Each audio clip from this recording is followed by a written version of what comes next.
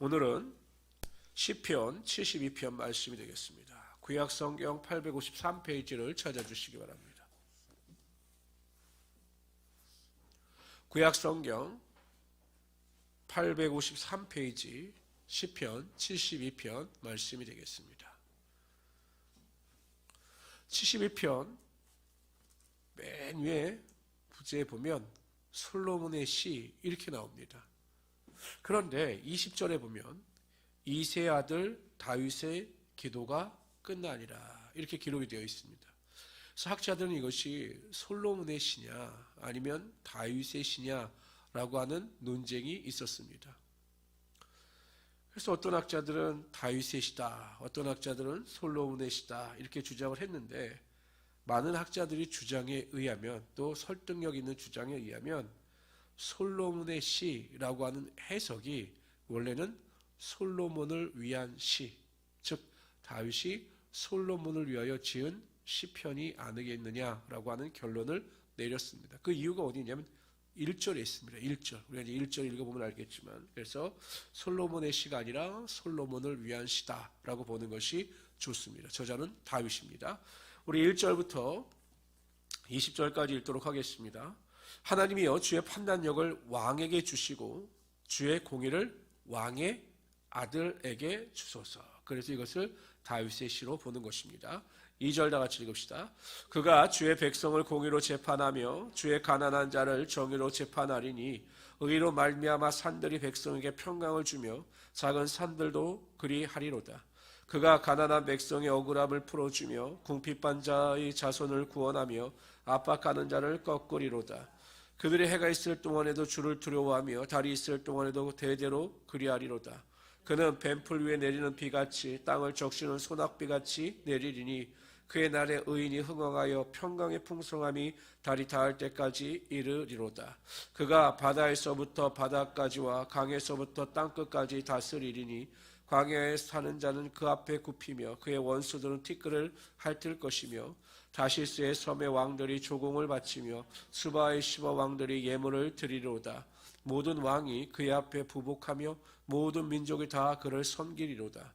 그는 궁핍한 자가 부르짖을 때 건지며 도움이 없는 가난한 자도 건지며 그는 가난한 자와 궁핍한 자를 불쌍히 여기며 궁핍한 자의 생명을 구원하며 그들의 생명을 악독에서 구원하리니 그들의 피가 그의 눈앞에서 존귀 여김을 받으리로다. 그들이 생존하여 수바의 금을 그에게 드리며 사람들이 그를 위하여 항상 기도하고 종일 찬송하리로다. 산꼭대기의 땅에도 곡식이 풍성하고 그것의 열매가 레바논같이 흔들리며 성에 있는 자가 땅의 풀같이 왕성하리로다. 그의 이름이 영구하며 그의 이름이 해와같이 장구하리로다.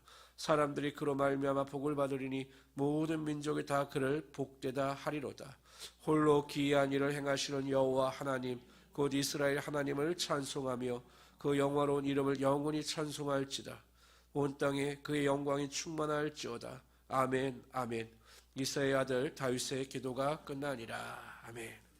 1절에 보면 다윗은 하나님이여 주의 판단력을 왕에게 주시고, 그러니까 자신에게 하나님의 판단력을 주시고 주의 공의를 왕의 아들에게 주소서라고 기도합니다.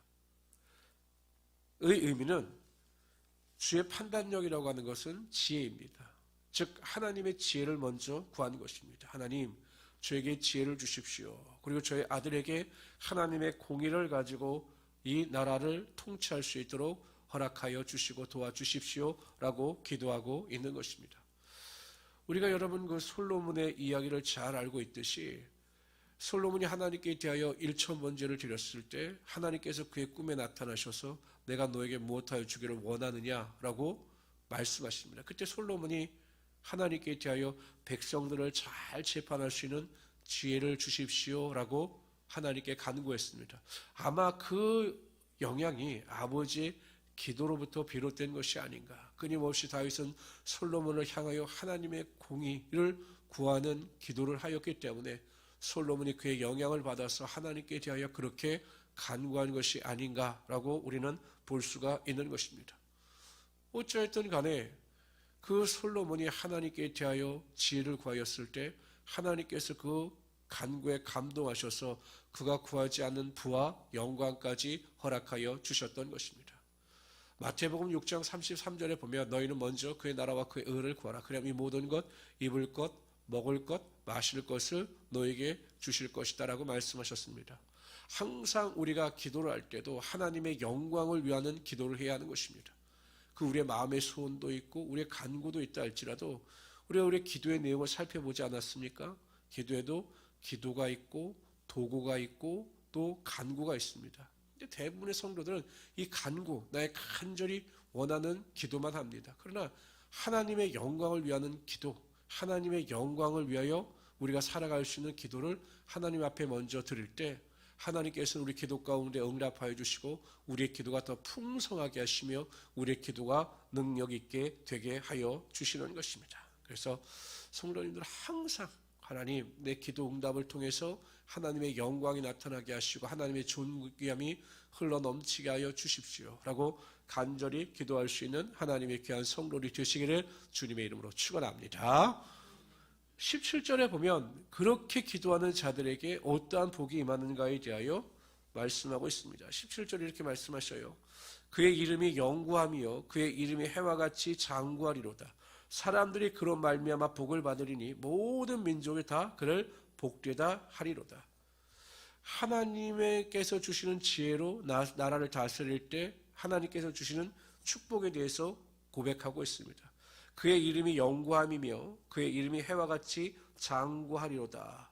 이 의미는 사람들로부터 존귀 여김을 받으며 사람들로부터 영광을 얻게 된다는 것입니다. 하나님을 위하여 살아가는 자들은 하나님께서 반드시 높여주시고 하나님의 영광이 그의 삶에 나타나게 하여 주시는 것입니다. 우리 자녀들이 하나님으로부터 존귀함을 얻기 위하여 어떻게 할까? 그것은 부모들이 그 자녀들이 하나님의 공의를 가지고 살아갈 수 있도록 기도하면 하나님께서 그 자녀들에게 축복을 주시고 그 자녀들의 삶에 하나님의 은혜가 나타나게 하여 주시는 것입니다. 반드시 하나님께서 높여주셔요.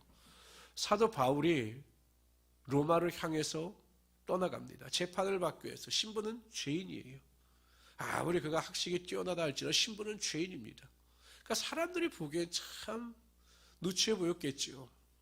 근데 여러분 유라굴로라 가는 태풍을 만납니다. 그래서 배가 위기에 빠졌습니다. 사람들 다 포기했습니다. 그때 사도 바울이 사람들 앞에 나가서 이야기하죠. 어젯밤에 천사가 나에게 말씀하신데 내가 반드시 왕 앞에 설 것이다. 배에는 손상이 있으나 사람들은 한 사람도 다치지 않을 것이다 라고 말씀하셨습니다. 나의 섬기는 하나님이 말씀하시는 대로 나는 될 것을 믿습니다라고 선포했습니다. 사도 바울의 선포대로 되었습니다. 그때부터 완전히 전세가 역전이 되어서 사도 바울이 죄인이 신분이었지만 그 배에 있는 모든 사람들이 다 선장을 비롯해서 사도 바울의 권위 앞에 무너지고 말았던 것입니다. 하나님의 말씀에 순종하고 하나님의 말씀을 신뢰하니 하나님께서 그를 높여 주셨던 것입니다. 성도 여러분, 항상 하나님 안에서 하나님의 공의를 위하여 살아가는 자들을 하나님께서 높여주시고 하나님의 영광이 반드시 우리 삶 가운데 나타나게 하여 주시는 것입니다. 뿐만 아니라 사람들이 그로 말미암아 복을 받으리니 모든 민족이 다 그를 복되다 하리로다 라고 고백하고 있습니다. 복의 근원이 된다는 것입니다. 그러니까 하나님의 공의와 지혜를 가지고 우리가 살아가다 보면 하나님의 복이 우리에게 흘러넘치게 되어서 다른 사람들에게도 그 복이 나타나게 된다는 거죠. 요셉이 보디발의 집에 갔을 때 하나님께서 그 요셉을 통해서 복이 흘러넘치게 하심으로 보디발이 복받는 하나님의 역사가 나타나게 하여 주셨습니다. 성도 여러분, 내가 하나님 앞에 바로 서서 하나님의 복을 받게 되면 나를 통해서 그 복이 가정과 또한 친척과 이웃과 형제들에게 흘러넘침으로 하나님의 은혜가 나타나게 되는 것입니다. 그래서 우리 모든 성도님들 한 사람 한 사람 새벽 예배 때마다 나와서 부르짖는 우리 모든 성도들 한 사람 한 사람이 하나님의 복의 근원이 되시는 하나님의 귀한 성도들이 되시기를 주님의 이름으로 축원합니다.